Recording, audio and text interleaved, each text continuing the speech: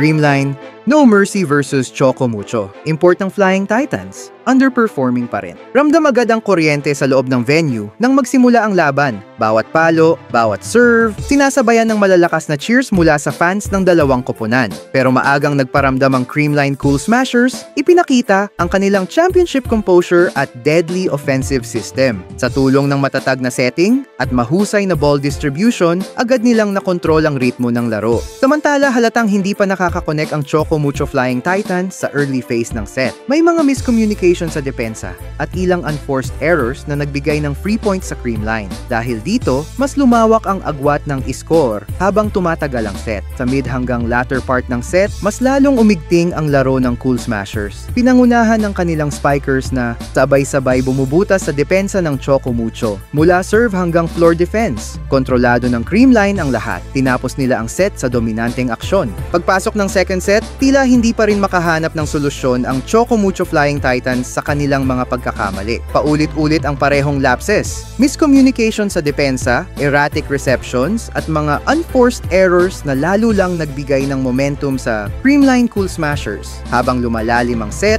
unti-unting lumalayo ang Creamline sa score, hindi lang dahil sa kanilang opensa, kundi dahil sa solidong blocking pattern na halos nagsara ng pinto para sa mga atake ng Flying Titans. Kapansin-pansin din ang kawalan ng impact ng import ng Choco Mucho, walang spark, walang halatang contribution na makakapagpabago ng takbo ng laro. Sa kabilang banda, pinatunayan naman ng Creamline na kahit ang kanilang bench players ay kayang mag-deliver. Isa-isang ipinasok ni Coach Sherwin ang mga reserves at nakakabilib dahil nanatiling maayos at epektibo ang sistema. Sa dulo, naging malinaw ang istorya, consistency versus collapse. Muling nakuha ng Creamline ang set 2. Pagdating ng third set, tila nakahanap na ng ritmo ang Choco Mucho Flying Titans. Sa wakas, nagkaroon ng mas maayos na simula, mas pulido ang kanilang passing, mas disiplinado ang galaw, at mas maayos na ang pagkaka-execute ng mga plays. Kita sa mga mukha ng players ang determinasyong makabawi at sa unang bahagi ng set, nakasabay na rin sila sa tempo ng Creamline Cool Smashers, ngunit gaya ng inaasahan, hindi nagpadala sa pressure ang Creamline.